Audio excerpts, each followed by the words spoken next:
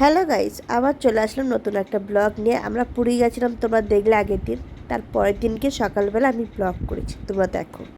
Guys, আমাদের balcony থেকে দেখো সমুদ্রটা পুরো সামনে, খুব সুন্দর লাগছে। দেখো আমাদের ব্যালকনি এই রাস্তা আর এই সমুদ্র কেমন লাগছে বলো। আমরা যখনই আসি তখন সমুদ্র ধারেই নিই। ওই দিকটা তো রোদ্দুর, কি সুন্দর, আর জলের কালারটা ভালো লাগছে। রোদ্দুর পড়েছে না, এই দিকটা মেঘলা আছে।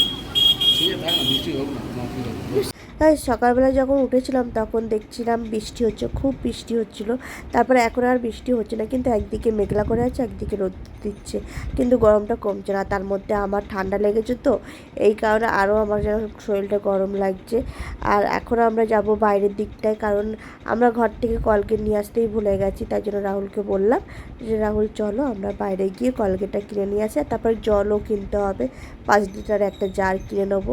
তাই গেছিলাম। দেখো তোমরা গাইস, দেখতেই পাচ্ছ আমরা দোকানে গেছিলাম, দোকান থেকে এখন হয়ে হোটেলে ঢুকছি। ঢুকে তারপর ব্রাশ করে তারপরে ব্রেকফাস্ট করব। আর যখন আমরা হোটেলে ঢুকছিলাম তখন আমাদেরকে বলছিল হোটেলওয়ালা যে এখানেই তো 5 লিটারের জার ছিল, এখান থেকে নিতে পারতে। তা রাহুল বলছে আমরা তো জানি না। আর এটা দেখতে পাচ্ছি কিচেন আছে আর রেস্টুরেন্ট, তো এখানে আমরা খেয়েছি। রাত্রিবেলা এখানে আমরা ডিনার করেছিলাম, কিন্তু আজকে বাইরে গিয়ে ব্রেকফাস্টটা করব। এখন ওপরে যাব, ব্রাশ করব, ব্রাশ করে তারপরে আমরা বাইরে গিয়ে ব্রেকফাস্ট করব।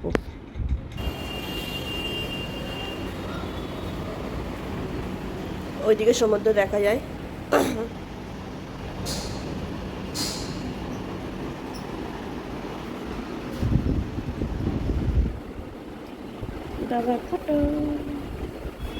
দেখো কত জিনিস, আমাদের হেলমেট আছে, ব্যাগ আছে, এদিকে আমার সারা জিনিস, কলগেট, ব্রাশ এইসব আছে। আমরা এখনও ব্রেকফাস্ট করিনি, সবে ব্রাশ করলাম আর ফ্রেশ হয়ে নিলাম বাথরুমে গিয়ে। আর এবার ব্রেকফাস্ট করতে যাব, অনেক বেলাও হয়ে গেছে।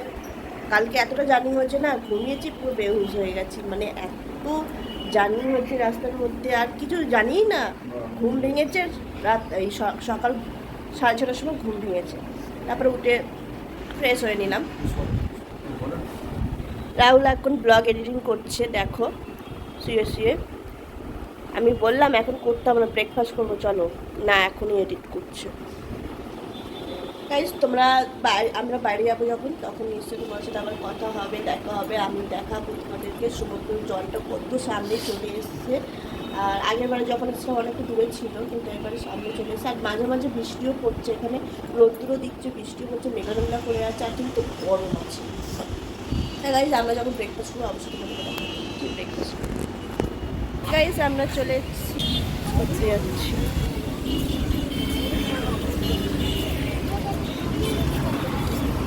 গাইস, তোমরা বুঝেই নিচ্ছ আমরা কি ব্রেকফাস্ট করব। হ্যাঁ, আমরা কচুরি খাবো, আর খেয়ে আমরা সমুদ্রের ধারে যাব, গিয়ে দেখব যে কেমন, মানে সবাই মিলে স্নান করবে, আমরা দেখবো, তারপর পরে আমরা এসে স্নান করবো। দেখো গাইস, কতটা জল চলে এসছে সামনে। আমার কি ভয় লাগবে এবার জলে নামতে।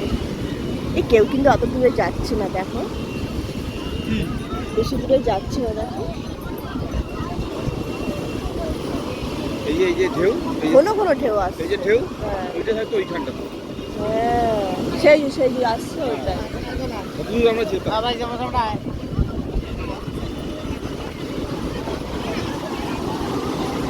এখন জায়গায় পা ঝুলিয়ে রাত্রেবেলা বসছিলাম, মনে ছিল?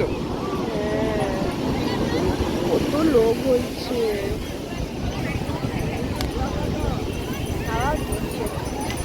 কেউ যাচ্ছে না।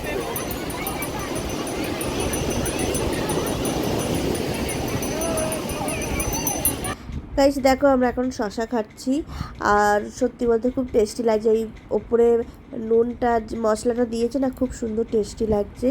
আর সমুদ্রে সবাই স্নান করছে, দেখছি যে ঢেউ আসছে, এত জোরে ফেলছে, সামনে চলে আসছে, আর হাসিও লাগছে, দেখো ভেসে ভেসে চলে আসছে।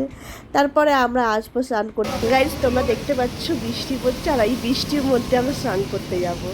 রাহুল, এই দেখো আমরা রেডি হয়ে চলে এসেছি। রাহুল এখন জুস, ঘর থেকে রিয়েল জুস নিয়ে এসছে, বোতলে করে ঢেলে নিয়েছে, এবার স্নান করবে আর জুস খাবে। দেখতে পাচ্ছ আমরা হেঁটে হেঁটে যাচ্ছি, আর আমি না ফোনের মধ্যে প্লাস্টিকও নিয়ে নিই।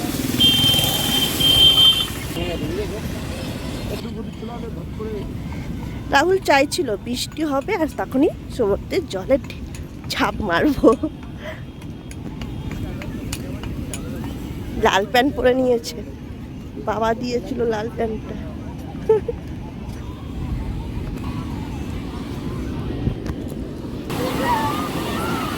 রাহুল এখন নামছে।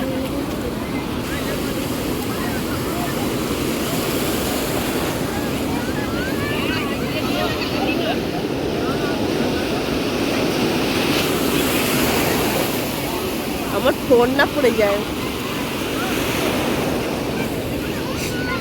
কি? এই জুসটা ধরো না।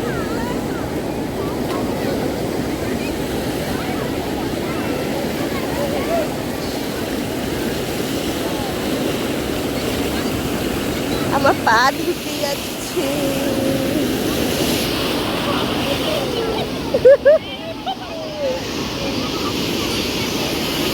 বেশি তো যাবো না, আমার খুব আমি বেশি দূর যাবো না, ফোনটা ভিজে যাবে। শোনো,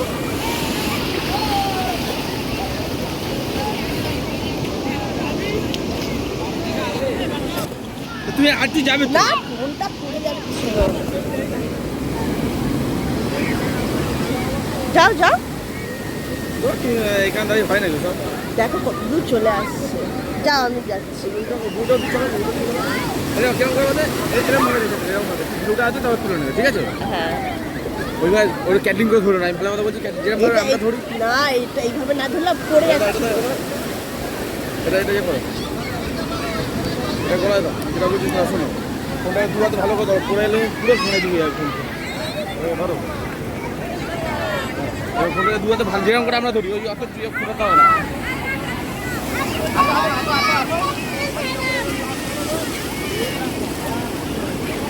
বেশি দূর যাব না।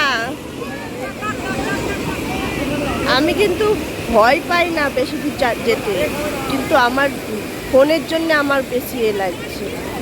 না তো আমি অনেক দূর চলে যাই, আগেরবারে এসে আমি অনেক দূর চলে গেছিলাম। রাহুলই ভয় পায়, আমার অত ভয় লাগে না। যাও একটু দূরে যাও।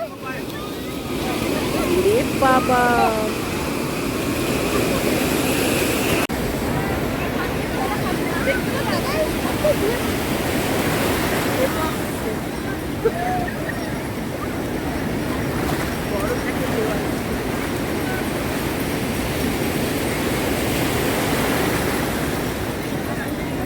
আমি ভাবছি ফোনটা দেখি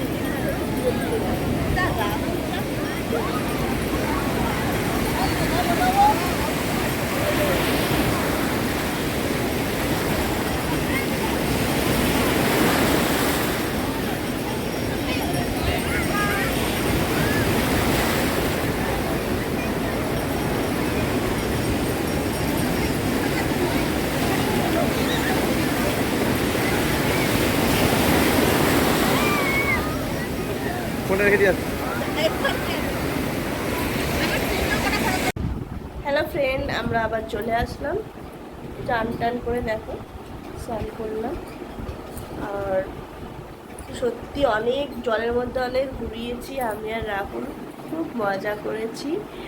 আর আমার ঠান্ডা লেগেছে তো, মানে জ্বর এসছে আর কি বলবো, তাও মজা করে যাচ্ছি। এখন লাঞ্চ করতে যাব। সত্যি জলের মধ্যে স্নান করলে, আগেরবারও তাই হয়েছিল, আগে যখন পুরীতে এসেছিলাম তখনও তাই হয়েছে। একটু জলে উড়ালে তারপরে খিদে পায়, স্নান করে উঠলেই খুব জোর খিদে পায়, না সহ্য করা যাচ্ছে না।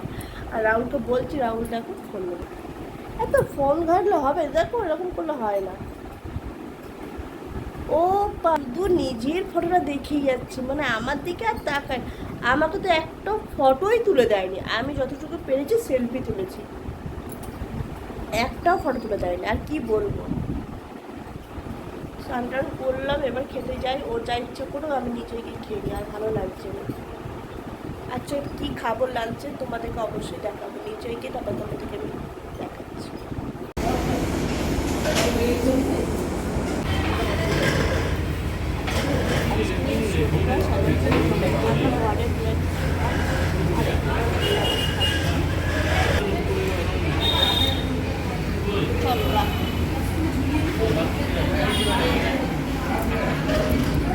ভাত আছে, ডাল আছে, মটর পনির।